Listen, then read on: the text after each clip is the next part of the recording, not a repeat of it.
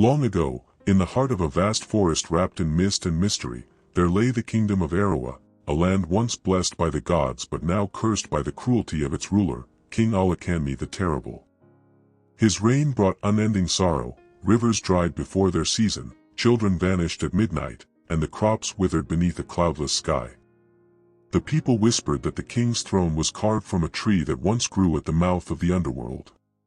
Beneath that throne, they said, a spirit with fiery eyes whispered secrets of power and demanded human sacrifices.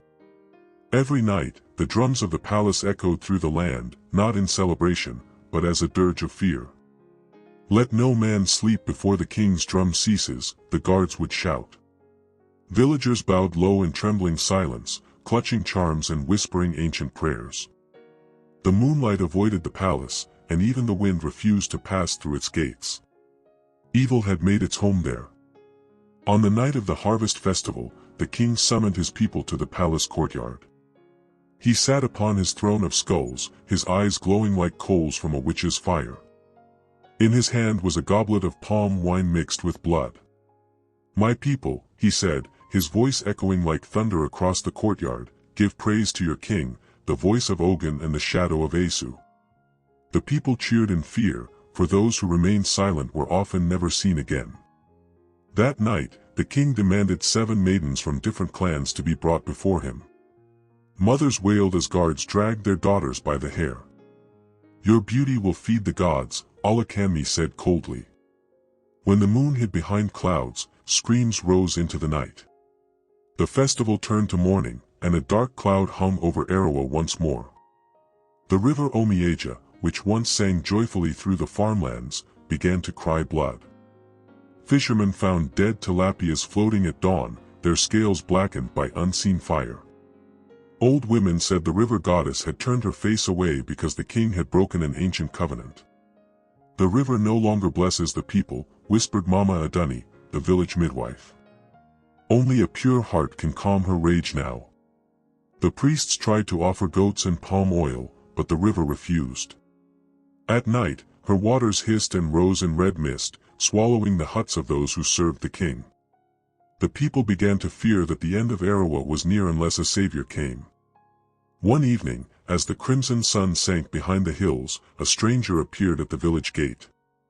He was tall and lean, with white cowries tied into his long dreadlocks and a leopard skin wrapped around his shoulders. His walking stick was carved from sacred Irako wood, and his eyes carried the calm of ancient wisdom. "Who are you?" asked the gatekeeper. The stranger smiled faintly. "I am Baba Ijibu, a man who listens to the whispers of leaves and rivers. The spirits led me here." The gatekeeper trembled, sensing power around him. That night, Baba Ijibu slept beneath the sacred baobab tree, and the wind carried his chants across the land. For the first time in years, the people dreamed peaceful dreams. At dawn, Baba Ijibu visited the market square, where the people bought cassava that refused to grow and fruits that rotted before ripening. "Your land bleeds," he said softly. The villagers gathered around him, their eyes filled with despair. "The king draws life from your fear. He feeds a demon beneath his throne. Until that bond is broken, no harvest will bless you." A brave farmer named Odkunal stepped forward. "Old man, we have seen many who tried to resist the king. Their bones rest beneath the palace gate. What makes you different?" Baba Ijibu smiled and crushed a leaf between his fingers. Blue smoke rose and formed a glowing serpent in the air. "Because I do not come with sword or spear," he said, "but with the voice of the earth itself." That night, King Alakanmi woke in terror. He had dreamed of a man with glowing eyes standing at the foot of his throne, chanting strange words that made his crown melt into dust. "Who is this?" he roared, sweating and trembling. The royal priest, Ifagbemi, threw cowries on the mat and gasped. "My king, a spirit of light walks among us. He has come to challenge your throne. Find him." Alakanmi thundered. "Bring me his head before the next moon." But even as he spoke, a sudden wind blew through the chamber, extinguishing all the lamps. The king's parrot croaked 3 times, then died. The gods were watching. The guards captured Baba Ijibu and brought him before the king. Alakami sneered, "So, you are the one who dares challenge me?" The herbalist bowed slightly. "I challenge no man, only darkness." The king laughed and ordered a fire pit to be prepared. "If your gods are strong, walk through this fire and live." Without a word, Baba Ijibu removed his leopard skin and stepped barefoot into the flames.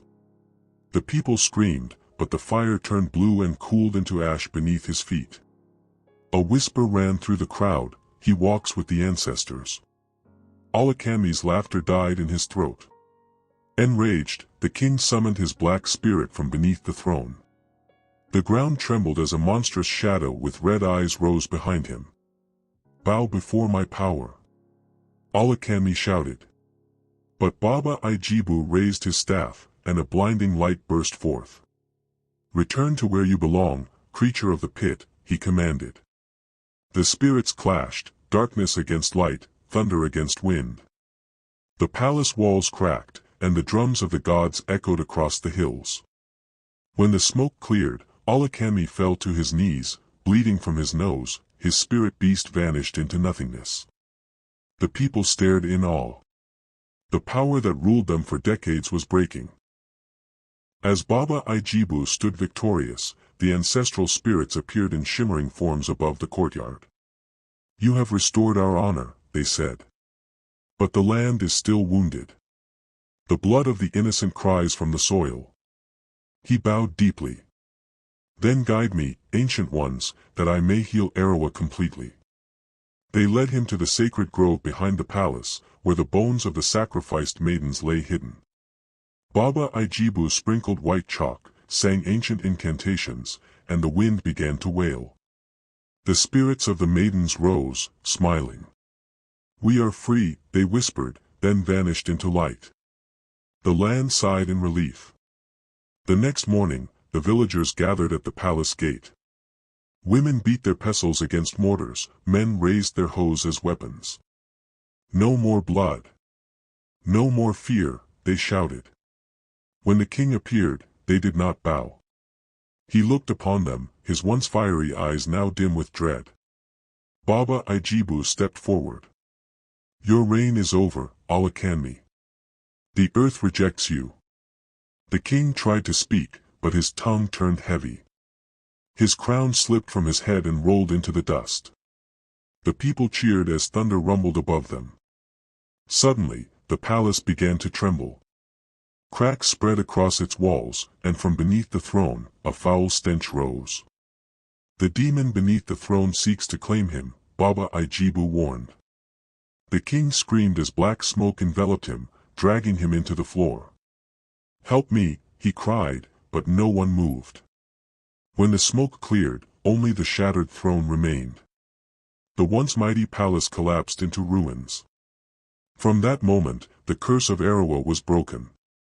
Rain began to fall for the first time in 7 years. Baba Ijibu led the people in a great cleansing ritual. They bathed in the river, now clear and sparkling once more. "Offer kola to the river goddess," he instructed. "Sing songs of peace." Women danced in circles, and the air filled with laughter. Children played by the water, their reflections bright with new life. At sunset, Baba Ijibu buried 7 white stones where the palace once stood. "These are the seals of purity," he said. "Let no king rise here again who serves darkness." The elders of Arawa gathered and appointed a council of 12 wise men and women to lead the land. "No one shall rule alone again," declared Odkunal. "Power belongs to the people." Baba Ijibu blessed them with sacred herbs and said, "Lead with justice, and the ancestors will walk beside you." The council rebuilt the palace, not as a throne of power, but as a hall of wisdom. There they met every moon to settle disputes, teach children, and honor the gods. Peace returned like the morning dew. But far in the forest, strange cries echoed. Hunters claimed they saw a shadow wandering at night, a man with fire in his eyes, dragging chains. "It is Alakami," whispered one. Baba Ijibu nodded gravely. His soul wanders because he never knew repentance. He burned sacred incense and spoke into the wind. May your spirit find rest only when you beg forgiveness. The next morning, the cries stopped. The people believed the gods had judged him at last. The villagers often gathered to hear Baba Ijibu speak beneath the baobab. Evil may rule for a season, he would say, but truth is eternal. He taught them how to make healing potions, to read the signs of nature, and to live in harmony with the unseen world. Fear is the chain of darkness, he told the youths. Break it, and no man can enslave your spirit again. His words became proverbs, passed from mouth to mouth for generations.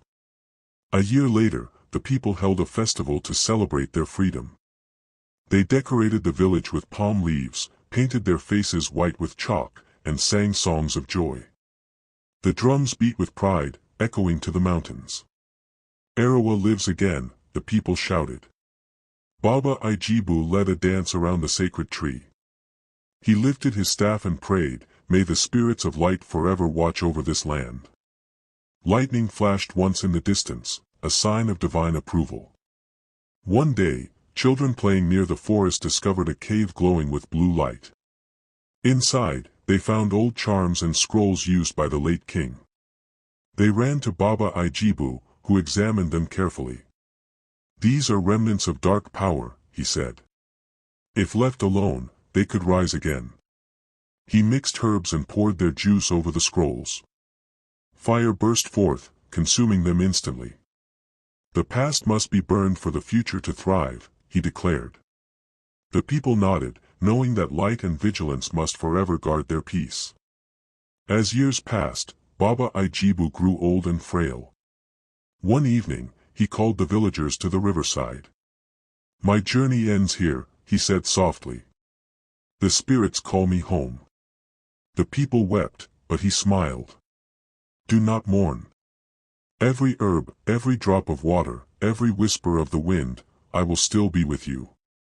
He walked into the river as the sun set, and the waters closed around him gently. The next morning, a white lotus bloomed where he had vanished. The people knew he had become one with the gods. Generations later, the story of Baba Ijibu and King Alakami was told around fires under starry skies. Remember, elders would say, no darkness lasts forever when truth stands tall. The people built a shrine by the river in his honor, lighting lamps every new moon. Farmers still sprinkle herbs before planting, saying, by the wisdom of Baba Ijibu, let the earth be kind. His spirit became a guardian of Arawa, whispering peace into the wind. Chapter 20, The Dawn of Eternal Peace. Now, Arawa stands as a land of harmony, where drums beat only for joy and not for fear. The rivers sing again, the trees bloom in every season, and children grow without nightmares. The people live by a simple saying carved on the rebuilt palace gate. He who serves darkness dies in shadows. But he who walks in light lives forever.